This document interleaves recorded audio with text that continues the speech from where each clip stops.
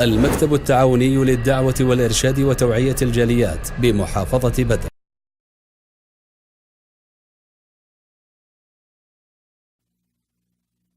الحمد لله والصلاة والسلام على رسول الله وأشهد أن لا إله إلا الله وحده لا شريك له وأشهد أن محمدا عبده ورسوله وبعد.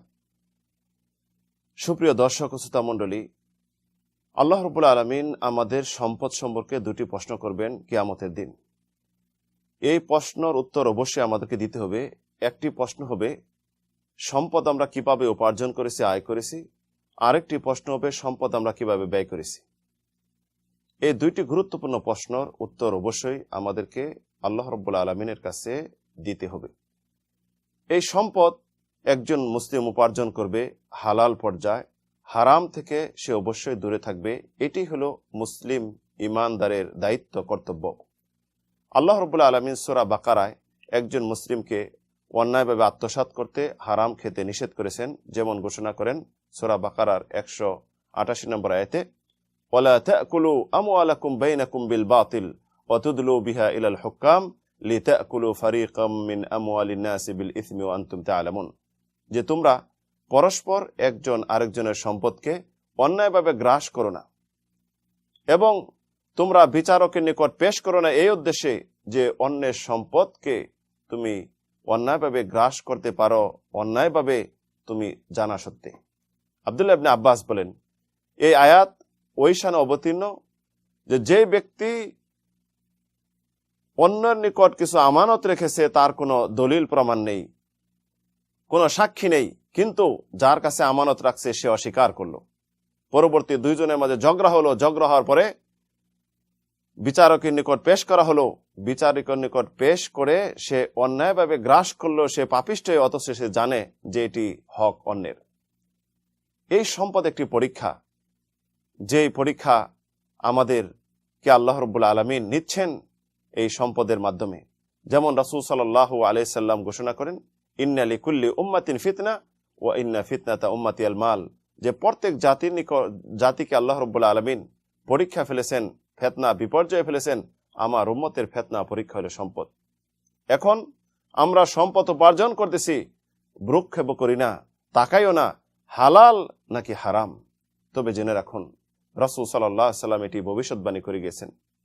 যে রাসূল বলেছেন, লা ইয়াতিয়ান্না আলান নাস জামানুন লা ইউবালি আল মারউ বিমা আখাযাল মাল ফামিনাল হালাল আম মিনাল হারাম।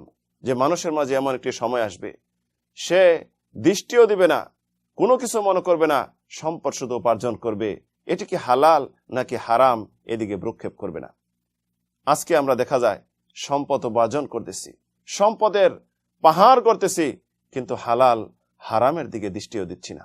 আমরা বিভিন্নভাবে হারামভাবে সম্পদ উপার্জন করতেছি। বর্তমানে সুদি লেনদেন, সুদি ব্যবসা, ব্যাংকের সাথে লেনদেন এবং ডিপোজিট করতেছি, 5 বছর ডবল হয়ে যাচ্ছে। এই সম্পদ খাচ্ছি, সন্তানদেরকে খাওয়াচ্ছি, হারাম, হারাম সম্পদ ভোগ করতেছি। এমনই ভাবে মানুষকে ঠকাচ্ছি, ব্যবসায় মিথ্যা কসম করে ডুপ্লিকেটকে অরিজিনাল করে বিক্রি করতেছি।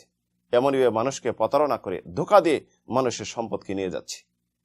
যে ব্যক্তি হারাম ভক্ষণ করবে, জেনে রাখুন তার শাস্তি মহান রব্বুল আলামিন যেমন রাখছেন ইহকালে, এমনই রাখছেন কবরে, তেমনই রাখছেন পরকালে কিয়ামতের দিন।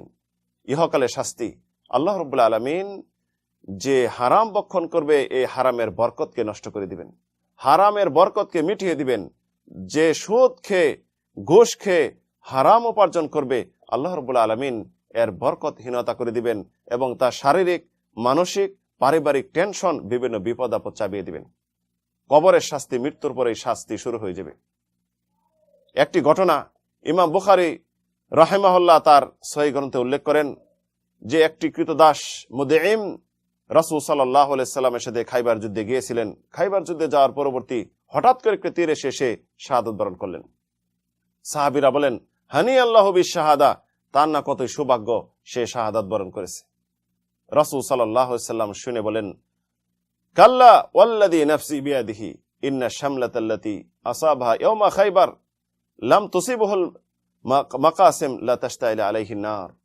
যে জেনে রাখো, কখনো নয়, ওই সত্তার, যেই সত্তার হাতে আমার প্রাণ, তার কসম করে বলছি যে এই মুদঈম সে গনিমতের সম্পদ বন্টন করা পূর্বেই একটি চাদর নিয়েছিল, এই কারণে তাকে কবরে পোড়ানো হচ্ছে, জ্বালানো হচ্ছে।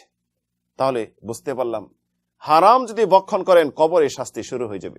পরকালে শাস্তি সম্পর্কে কাব ইবনে উজরা বলেন যে রাসূল সাল্লাল্লাহু আলাইহি ওয়াসাল্লাম বলেন, ইয়া কাব মা নাবাতা লাহমুন মিন সুহত ফান্নারু আওলা বিহা, জেনে রাখো যদি হারাম সম্পদ দিয়ে কোনো রক্ত মাংস গঠিত হয় এই জন্য জাহান্নাম যথেষ্ট। হারাম সম্পদ যদি আপনি ভোগ করেন তাহলে আপনার দোয়া কবুল হবে না, ইবাদত আল্লাহ কবুল করবেন না। কারণ রাসূল সাল্লাল্লাহু আলাইহি ওয়াসাল্লাম ইন্নাল্লাহা তাইয়্যিব লা ইউকবালু ইল্লা তাইয়্যিবা, আল্লাহ রাব্বুল আলামিন পুত পবিত্র, তাই হালাল পুত পবিত্র ছাড়া আল্লাহ রাব্বুল আলামিন কিছু গ্রহণ করেন না।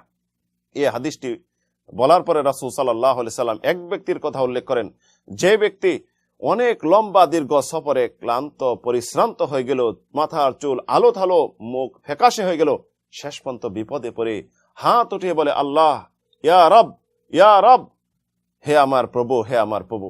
একজন মুসলিম যদি ইয়া রব বলে ডাকে আল্লাহ রাব্বুল আলামিন খুশি হন, শুনেন। কিন্তু দেখুন তারপরেও তার দোয়া আল্লাহ কবুল করতেছেন না। কারণ কি? রাসূল সাল্লাল্লাহু আলাইহি ওয়াসাল্লাম বলেন, মাতআমুহু হারাম ওয়া মাশরাবাহু হারাম ওয়া মালবাসাহু হারাম ওয়া গুযিয়া বিল হারাম ফাআন্না ইস্তাজাবু লিযালিক। তার খাদ্য হারাম, পানীয় হারাম, পোশাক হারাম, তার চলাফেরা সব হারাম। আল্লাহ রাব্বুল আলামিন তাহলে কিভাবে গ্রহণ করবেন?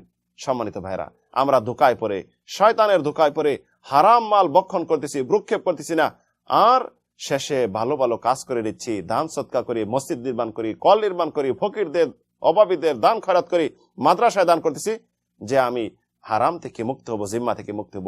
কখনো নয়। আল্লাহ রাব্বুল আলামিন দুইভাবে শাস্তি দিবেন। একটি হলো আপনি সম্পদ নষ্ট হলো আল্লাহ গ্রহণ করলেন না, আরেকটি হলো সম্পদের হিসাব আল্লাহ রাব্বুল আলামিন কিয়ামতের দিন নেবেন। তাই প্রিয় বন্ধুগণ, আসুন আমরা হারাম থেকে নিজেকে বাঁচাই, হারাম থেকে আমরা রক্ষা করে ইহকালে ধন্য হই, পরকালে ধন্য হই, জান্নাত লাভ করি। আল্লাহ তৌফিক দিন। আমিন, আল্লাহুম্মা আমিন। ওয়া আখির দাওয়ানা আনিল হামদুলিল্লাহি রাব্বিল আলামিন।